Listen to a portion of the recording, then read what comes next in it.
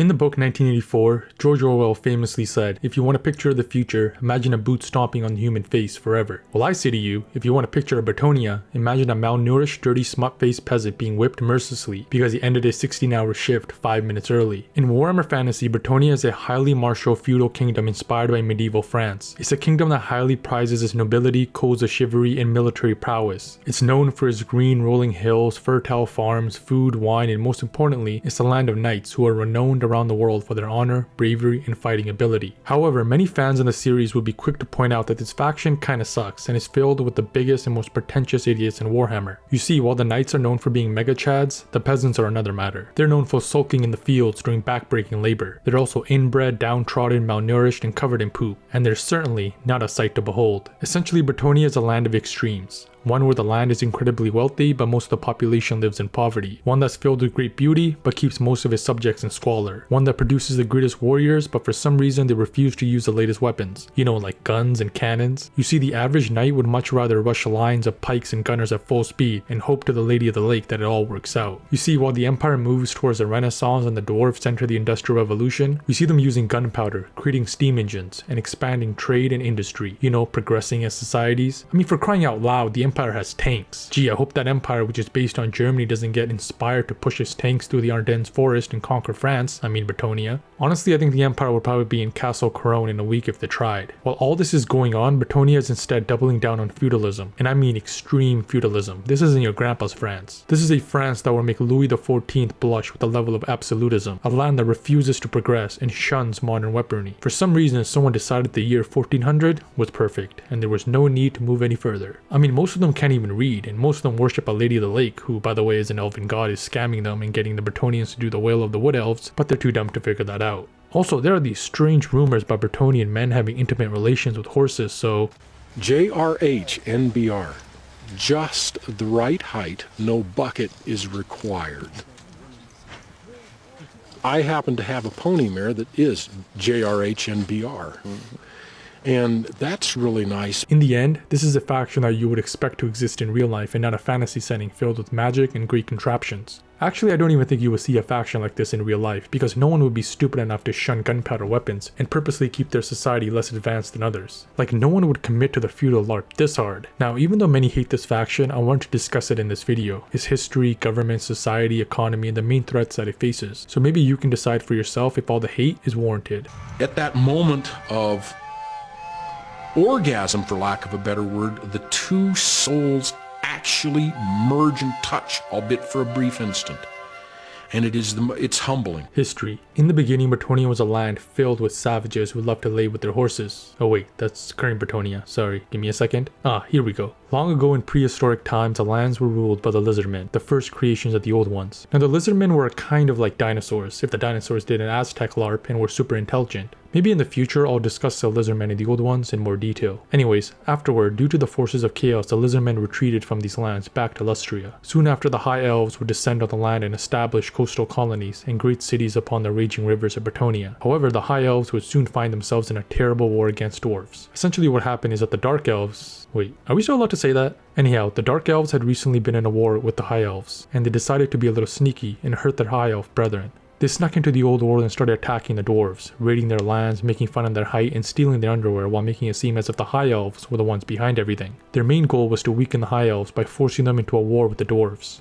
The Dark Elves got their wish, and the dwarves were pissed, and a gigantic world war would soon occur, known as the War of the Beard. Yet for some reason that's the name that the historians went with. Long story short, Bretonnia, due to the fact that it was so close to the dwarves, would become the primary battleground for almost 3 centuries. Eventually the elves were tired and were forced out of Bretonnia. Most returned to their homeland, but some fled into the woods, and became the tree-hugging, somewhat common feral wood elves that everyone loves to hate. Soon after all this, the first human nomads would begin entering the land, and noticing that everyone was gone, decided that it was free real estate for the taking. The settlers would establish primitive villages and engage in crude agriculture. They weren't the best at war or forming weapons, so they tended to be peaceful and kept to themselves. They worshipped a god named Rhea and erected many stone circles. This wouldn't be the last time the Bretonnians worshipped a woman. Some centuries after, more humans began to move westward from the World Edge Mountains, being chased out from the east by the Greenskins. However, unlike the previous nomads, these humans were strong and warlike. One tribe, known as the Bretonnians, would cross the Great Mountains and settle the land. Seeing the weak and pathetic inhabitants, they conquered and subjugated them, as is tradition. The beta pagan worshippers were no match against the Chad Bretonnia. The Bretonnia would eventually break down into multiple sub-tribes and begin to rule over the different parts of Bretonnia like warlords. When the great Chad Sigmar formed the empire, he invited the Bretonnia to join him, so that together they could form a great human realm and destroy the enemies of humanity together. But the Bretonnia had already entered their French phase, and thought they were simply too good to join forces with anybody else. I mean, the Imperials don't even give love to their horses, and don't speak a language that makes you sound like you're having a stroke. While the Empire united, the Bretonnia would remain fractured, but would make advances in metalwork, agriculture, and trade. Over the next few centuries, the modern dukedoms of Bretonnia would form, and would be tested against many outside and internal threats, such as the orcs and the undead pouring in from the south, led by the infamous Cetra. The orcs would persist as a dagger at the side of Bretonnia. In the early 10th century, the greenskin tribes would descend from their homes within the Grey Mountains and begin raiding through Bretonnia. The Bretonnian armies were destroyed one by one. The different dukes tried to mobilize, but the greenskins were too fast, usually appearing at the gates before a proper army could even be fielded. Most dukes would lose all hope and hoist the white flag, as is tradition for all things French. But there was one duke who didn't give up, one who would never surrender, and he was the Chad of Chads, the great Gilles le Breton, the Duke of Bastogne. Gilles was already well known in the lands, having slewn the great red dragon named Smeargus, and he would use his reputation to rally the other dukes, such as Tyrolf and Landuin. However, these three dukes would soon find themselves outnumbered by the green hordes as well. One day, Gilles had his army encamped near a lake. The greenskins weren't far off and would beat their drums all night, reminding the Bretonnia of their impending doom. In the morning, Gilles went to drink by the lake, realizing that might be his last chance to do so. It wasn't wine, but even the French can't be so picky. While at the lake, he would witness a beautiful woman rising from the water, shocking Gilles and his fellow soldiers. Gilles would make the first move and raise his bloody standard and cry out, "Lady, wouldst thou bless mine banner?" He dipped it in the lake and it was restored, all blood and stains gone. The two dukes did the same. The lady held forth a chalice filled with light. Gilles and his companions would drink of the cup and gain a special strength, thereby becoming the first Grail Knights, guardians of Bretonnia and warriors of great power, wisdom, and resistance to magic. The lady would also bless their weapons, armor, and steeds. With their morale now increased due to this mysterious and godly woman, Gilles and his army positioned themselves on the open plains and awaited the greenskins. Once the Bretonnians spotted the green horde, they charged straight into their ranks, showing the aggression of madmen. The greenskin lines crumbled and rolled up like a carpet. The greenskin horde, once believed to be unstoppable, now fled like whipped dogs. The Bretonnian knights rode them down and killed them by the thousands. After the battle, the Bretonnian armies vowed to stay united and follow the commands of Gilles until all of Bretonnia was free from the orcs. Gilles would continue his crusade until all of Bretonnia was free from the orcish stain. Once the war was over, the different dukes decided that there would be an everlasting peace amongst the 12 dukedoms. Gilles himself would be declared the Royarch, otherwise known as the first king of Bretonnia.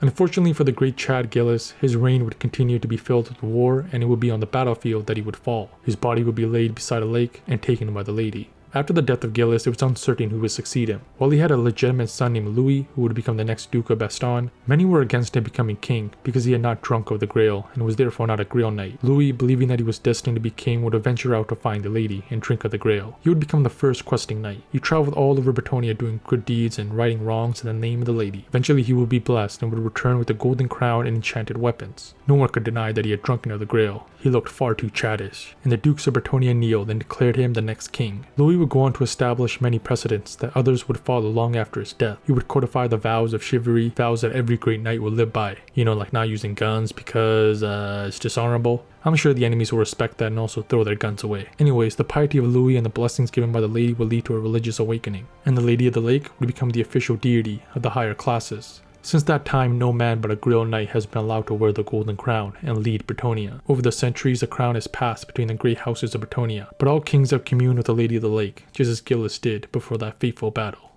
Overall, you stand a pretty woman and a pretty mare, I'll take the mare. I shared him with 3 other horses.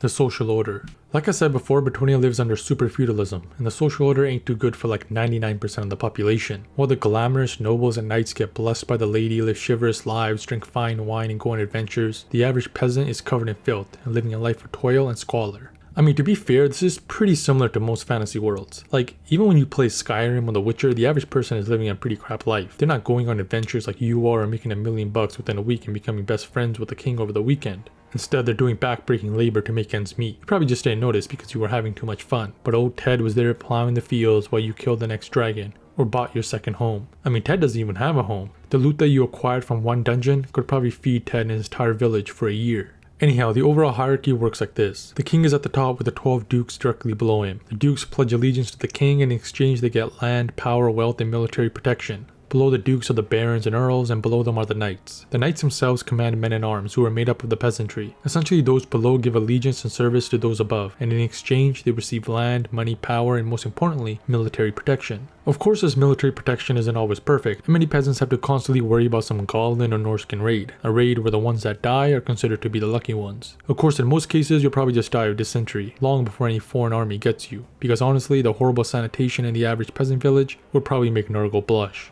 In the end, you essentially have two classes, the nobles and everybody else. One group gets to live the fantasy protagonist lifestyle, and the other gets to be NPCs. One group gets fair maidens, fine wine, and rolling green hills with beautiful castles, while the other gets to play a life at maximum difficulty. The peasants are also forbidden from learning how to read by law, and have to give 90% of their harvest to the lord. They also aren't allowed to leave their villages, and this usually results in a certain amount of inbreeding, and if any peasant gets out of line, oh boy is the justice system brutal. Did you steal or poach? You die. Did you rebel against your lord? Well, you'll be tortured and drawn and quartered, which means you also die. Oh, and your entire family and closest friends will be crippled for good measure. Honestly, in Bretonnia, the peasants wish each other short lives. Also, if you were wondering if there's a middle class, well... Oh wait, you're serious? Let me laugh even harder. Yeah, there is no middle class. Maybe the peasant without the feces on their face can be considered the middle class. To be honest, I think Bretonnia is heading towards its own French Revolution. The king and the nobles are going to be violently overthrown and killed. The unwashed masses will rise up and get their revenge, and all of Bretonnia will be drowned in revolutionary blood. Eventually you have a Bretonnian Republic, and maybe even a Bretonnian Napoleon, who will invade the entire old world and bring a new era of total war. I mean, hey, you'll make for good lore. Millions will die and the world will change forever. While on the other hand, I think the empire will most likely reform peacefully, with the imperial diet becoming more powerful and democratic, and the emperors losing power and eventually becoming ceremonial. The system of checks and balances already exists, and the rising middle class will be a champion of change. But Bretonnia, yeah, I feel like that fall of this old kingdom is going to be hard and violent, and all the nobles will either be killed or chased out of the country. I really like the Empire and recommend that you watch my video covering them, and frankly, they are a far superior faction. Bretonnian Religion. So I've already talked a little bit about the religions of Bretonnia from the ancient era to the modern, but we'll go into additional detail. So the most well-known religion revolves around the Lady of the Lake. She's become the official goddess of the nobility, and many knights regularly call upon her for power and courage. Of course, the Grail Knights have to drink of her Grail to gain their powers. It's upon this Lady of the Lake that the entire nation of Bretonnia is founded, so she's pretty important to the lives of the nobles. Now, to be honest, a system of government founded upon a lady in the lake enchanting swords isn't ideal, but it is what it is. The nobles believe that by worshipping her, following the codes of chivalry, and doing good deeds in her name, they can be blessed and the nation of Bretonnia can prosper. A lot of the worshipping is done in Grail chapels, which are dotted all over Bretonnia. Many Grail Knights even live in these chapels. The Grail Knights are essentially a religious military order, like the real-life Knights Templar, and have fully dedicated themselves to the Lady. The Knights do answer to the king, but they still maintain a large amount of independence. They may fight alongside the Bretonnian army in a key battle or help out in a crusade, but they may also go on their own journeys. In addition, you also have the Fey Enchantress, who's like the official representative of the Lady, I guess you could say like the equivalent of a pope, and she also holds sway over the Grail Knights. In addition, there are the Grey Damsels, who are essentially wizards and priestesses that serve the Lady. Maybe something like nuns, in a way. Now, like everything else, the peasants live under a completely different system. Some peasants do worship the Lady, but most follow other gods and goddesses such as Tal, the god of nature, beasts, mountains, and forests, and his wife Rhea, the goddess of summer, agriculture, fertility, love, and nature. They also follow Shala, the goddess of mercy, compassion, and healing. Just by their descriptions, you can probably tell that the gods and goddesses are deeply connected to the miserable lives of the peasants. They live in rural areas surrounded by forests, beasts, and mountains, and thereby look to Tal for help. They farm and live hard lives filled with death and suffering, and thereby look to Rhea and Shala for comfort and peace, and hopefully a quick death. The problem with Bretonnia. So what exactly is the biggest problem with Bretonnia? Well, it's their stupid feudalism LARP. Their entire country is maybe like 1,000 educated nobles and millions of inbred, illiterate, and unhealthy peasants. While other human realms are embracing trade, industry, and capitalism, the Bretonnians are like, you know what, let's just maintain an incredibly inefficient and oppressive economic system that will lead to Bretonnia falling behind everyone else. There is no emphasis on technological progress. Most other human armies are adopting gunpowder weapons such as guns, cannons, and rockets. The Empire has little tanks like I mentioned before. The Bretonnians, however, are sticking with bows, arrows, and swords. You see, it's dishonorable to get an advantage over your enemies. I swear, Bretonnia in like 100 years will most likely either get overrun by their enemies and be annexed at worst, or become a third-rate power at best. Also, the government isn't even centralized with the professional bureaucracy. This makes it harder for Bretonnia to properly organize and allocate resources to where they're needed. This will also limit their military potential. The nation, as a large and modern militaries, will require complex systems of organization, logistics, and training. Also, the illiterate peasantry will be unable to read written orders and carry out advanced tactics. They won't be able to innovate or work complex jobs. Like, Bretonnia is going out of his way to shoot itself in the foot and become weaker than its neighbors. At this point, it would be a moral duty for the Empire and the Estalian kingdoms to invade Bretonnia and modernize it by force, because a weak Bretonnia is bad for humanity. Chaos is always a threat and is constantly trying to invade. A strong and modern Bretonnia would be an extremely valuable ally, but a weak and backward country would just be a liability. A major country like Bretonnia needs to be at the forefront. The fate of humanity may lie in whether the Bretonnians end their stupid LARP and grow actual brains. I mean, Gillis himself is probably rolling in his grave realizing that Bretonnia is at the same level as when he left it. Conclusion. So that's my video of Bretonnia. It's a pretty dumb faction and the most generic in Warhammer Fantasy. I think it would have been neat if Bretonnia was maybe a mix between human and elf factions, essentially taking the best of both worlds. I mean, the elves did historically colonize Bretonnia and the wood elves are nearby, and therefore it would make sense. Imagine Bretonnia being more in tune with magic and advanced culturally, maintaining a social system, government architecture similar to the elves, following similar gods and even having the same social attitudes. The Bretonnians would also have a close relations with the elf nations and even have similar militaries. It would have made them so much more unique and would honestly satisfy a lot of haters. But right now they're a medieval feudalist LARP that isn't going anywhere, has no future, and for some reason likes being more backward than everybody else. Anyhow, hope you enjoyed this video. Please like, subscribe, and comment below if you liked what you saw, and let me know what you would like to see in the future. Mares do orgasm. Yes, they do. Call them maregasms.